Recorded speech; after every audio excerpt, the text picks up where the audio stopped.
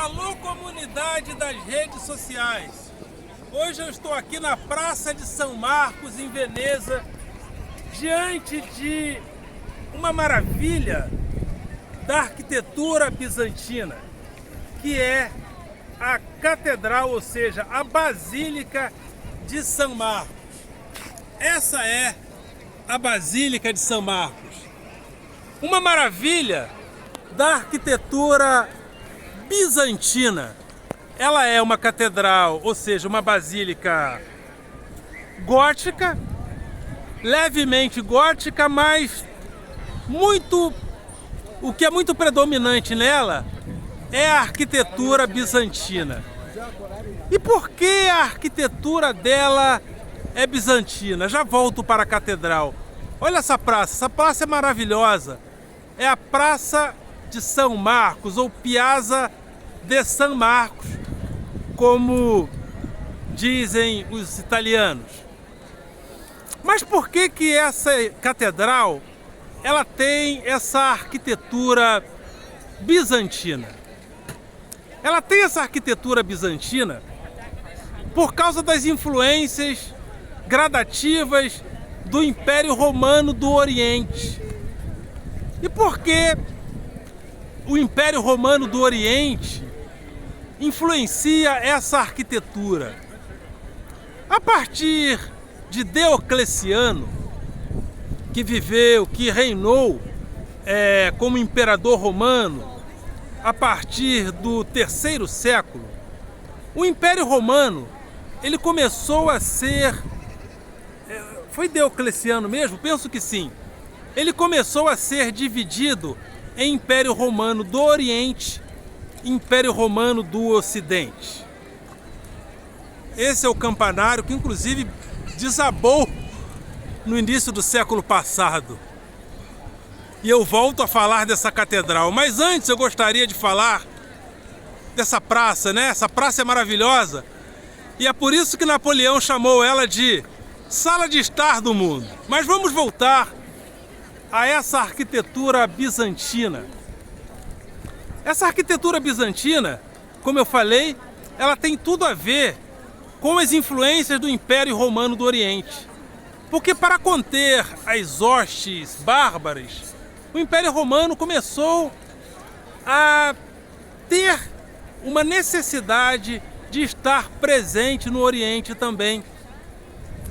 Então, a partir de Diocleciano, o Império Romano se divide gradativamente em Império Romano do Ocidente, baseado em Roma, e Império Romano do Oriente, baseado em Bizâncio.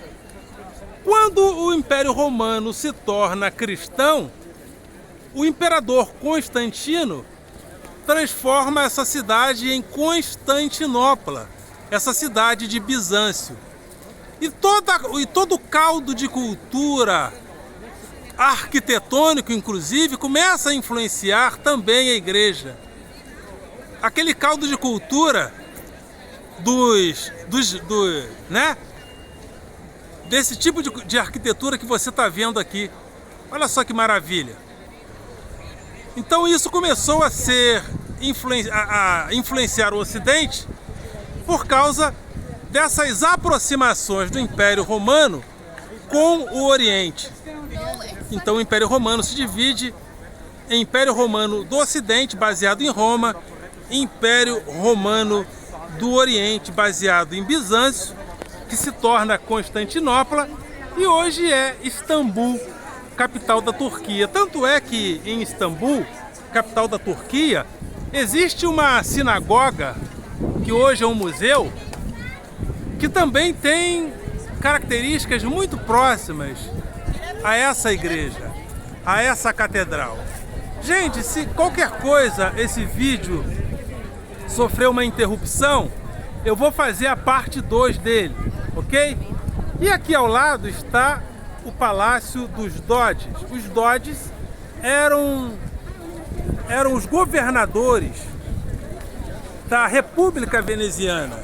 Veneza, a exemplo de Roma, guardadas as devidas proporções, era uma república. E era uma república eleita pela aristocracia veneziana, que elegia os seus doges. E os doges moravam aqui, nesse palácio, o Palácio dos Doges. Ali nós temos duas colunas, e quando as pessoas eram sacrificadas aqui, elas eram sacrificadas entre aquelas duas colunas ali. Uma tem um leão alado, que representa São Marcos, e a outra coluna representa São Teodoro. São Teodoro, que antes de São Marcos era considerado o padroeiro dessa localidade. Então, gente, essa é a Praça de São Marcos. Como eu falei, Napoleão chamou de Sala de Estar do Mundo. É uma coisa fantástica. Aqui as pessoas comercializam, né? Tem comerciantes aqui vendendo as suas mercadorias, porque aqui é o local turístico mais representativo de Veneza. E por isso as pessoas vêm para cá em massa. Tem muita gente que tem superstição de passar entre essas duas colunas. Por quê? Porque na República Veneziana as pessoas eram sacrificadas aqui. E como os sacrifícios, ou seja, sacrificadas não, elas eram penalizadas com morte aqui, entre essas duas colunas. Então tem muita gente que acha que não é favorável passar entre essas duas colunas. Gente, aqui, olha só que visão fantástica, né? Eu acho, eu que já fui a Paris, eu posso fazer uma comparação entre Paris e Veneza. Paris é muito romântico, né? Eu costumo dizer que se o seu casamento estiver em crise, você for a Paris e ele não consertar, eu acho que está na hora de pensar em outra coisa, né? Pensar em outras, né? Acho que está na hora da fila andar. Mas eu acho que Veneza é a cidade mais romântica do mundo. Olha só que coisa fantástica. Olha essa vista, olha. É muito bonito isso aqui, né? É uma mistura assim de clássico com arquitetura bizantina. Esses rios que cortam as casas, que cortam os monumentos, dão um ar assim romântico demais à cidade. É uma cidade muito romântica. Na minha modestíssima, a cidade mais romântica do mundo. Repetindo, caso esse vídeo pare, eu vou fazer a parte 2 desse vídeo. Ali fica a Ponte dos Suspiros, onde as gôndolas passam, porque aqui essas embarcações são as gôndolas, onde os casais apaixonados, né? E como nós somos também um casal apaixonado, nós vamos passear entre essas gôndolas ali. Vamos ver algumas embarcações passando ali, né? Amanhã a gente vai passear pelas gôndolas, com certeza. E as gôndolas passam principalmente embaixo da Ponte dos Suspiros. Aqui, essa ponte linda, maravilhosa que vocês estão vendo é a Ponte dos Suspiros. Olha que coisa maravilhosa. Ali vem mais uma gôndola. Para passear é R$80 por gôndola. Essas gôndolas cabem 5 pessoas. Então eu vou querer passear com 5, né? Senão a gente vai ter que pagar €80. Olha só que lindo, gente. Olha só. Casais apaixonados passeando. Hello, Brasil! Hello! Tchauzinho pro Brasil aí. Olha só que lindo, gente.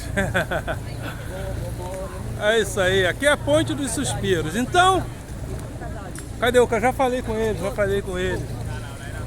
Renovinhos. Vamos lá, capitão. É isso aí. Hello, Brasil! Hello! Mais um. Então vamos voltar lá pro... Vamos voltar lá, gente. Vamos voltar lá pro palácio. Vamos voltar lá para nossa catedral. Vamos continuar contando a história, né? contando a história daquela catedral. Então, o Império Romano, se dividindo em Império Romano do Oriente e do Ocidente, com o tempo a Igreja Católica também se dividiu em Igreja Católica da parte ocidental, baseada em Roma, e Igreja Católica da parte oriental, baseada em Bizâncio, que veio a ser Constantinopla e que hoje é Istambul.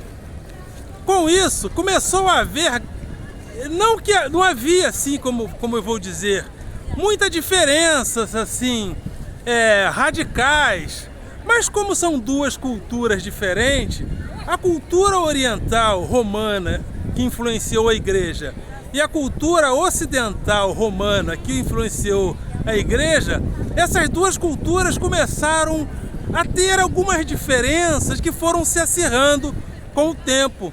Principalmente a famosa controvérsia iconoclasta, ou seja, a Igreja do Oriente não utilizava imagens. Essa Igreja do Oriente, hoje, ela ainda existe, ela é chamada de Igreja Ortodoxa, também chamada de Igreja Ortodoxa grega em algumas manifestações. Então, a Igreja do Oriente continuou, a Igreja do Ocidente se utilizava muito de imagens, e a Igreja do Oriente não. E isso começou a gerar alguns conflitos, e com o tempo esses conflitos de fato se tornaram quase que incontornáveis. Mas quando o Império Romano foi saqueado pelos bárbaros no século V, a Igreja Romana passou por vários momentos de dificuldade, mas a Igreja do Oriente permaneceu, porque as hostes bárbaras eram originárias principalmente do Oriente. Então, estranhamente, né, uma vez que a Igreja Católica começa no Ocidente Romano, né, estranhamente, com o tempo, a Igreja do Ocidente foi pilhada pelos bárbaros, passou a ter dificuldade de se manter, continuou a sua tradição através dos mosteiros, que mantinham ali a sua tradição greco-romana e judaico-cristã, mas a Igreja do Oriente permaneceu bastante fortalecida, principalmente com a queda entre aspas, né, com a pilhagem do Império Romano pelos bárbaros. Mas como essa igreja aqui, ela nasce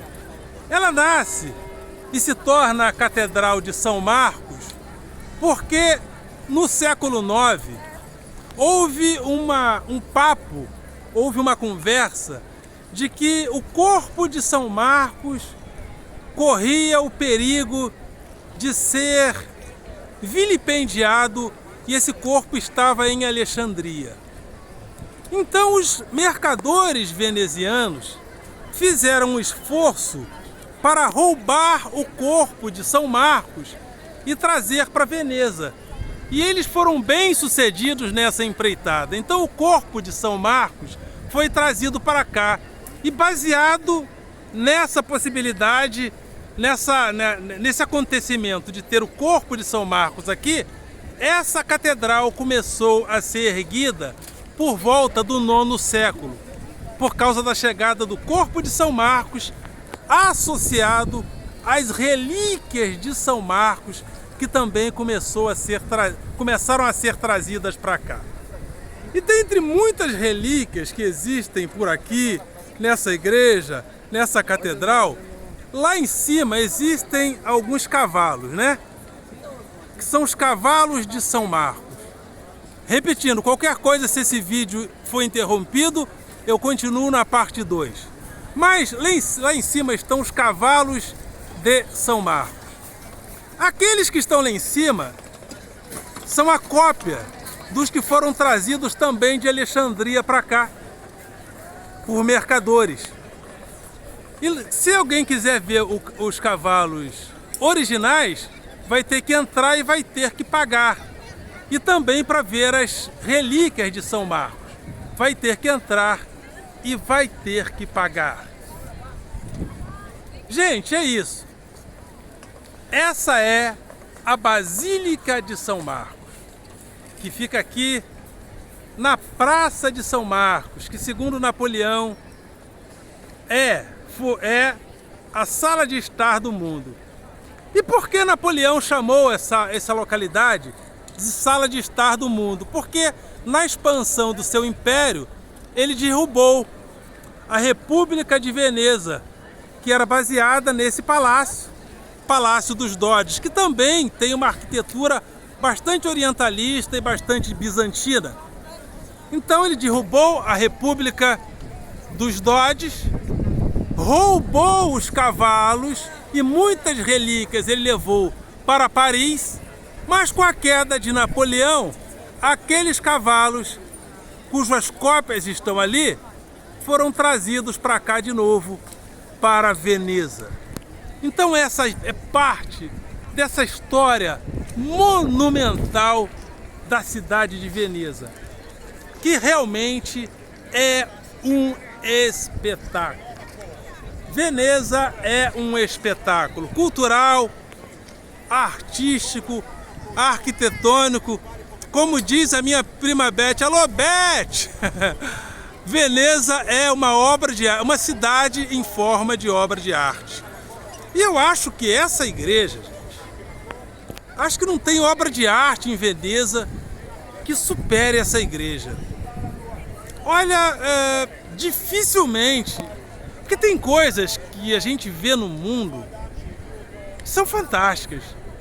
A Praça de Espanha, que fica na cidade de Sevilha, que coisa espetacular! Que coisa espetacular! Também toda ornamentada com influências orientais, com influências árabes. Aqui nós temos uma influência oriental bizantina, com todas as suas características, né? Com todas as suas características. Inclusive com aquelas janelas coloridas. Agora eu esqueci o nome, é tão comum, né? Aquelas janelas coloridas, aqueles vidros coloridos, aquelas vidraças coloridas, que agora eu esqueci o nome. Como é que se dá mesmo o nome daquelas, com aquelas figuras de santo, com aquelas figuras de santos? Esqueci o nome. Não tem nada a ver com vitrais, é outra coisa, esqueci o nome. Olha que lindo. Lindo de viver, não lindo de morrer, lindo de viver. E quando você vier a Veneza, outra coisa que você deve fazer, a exemplo de Roma e a exemplo de Florença, por onde nós passamos, não compre água mineral, porque aqui tem várias fontes que você pode pegar água. Então não compre água mineral, não gaste dinheiro à toa. Vou deixar vocês com mais alguns detalhes dessa igreja. Vou me aproximar para a gente pegar ali algumas daquelas pinturas, alguns daqueles afrescos que estão ali. Olha só que coisa linda, gente. Olha só que coisa maravilhosa. Vamos nos aproximar um pouco. Vou aproximar um pouco as imagens para vocês verem. Olha isso. Olha que coisa fantástica. Olha que coisa fantástica, gente. Maravilhosa. É maravilhoso. Maravilhoso. É lindo demais. Lindo demais. Essa é Veneza. Essa é a Catedral de São Marcos. Essa é a Catedral de São Marcos.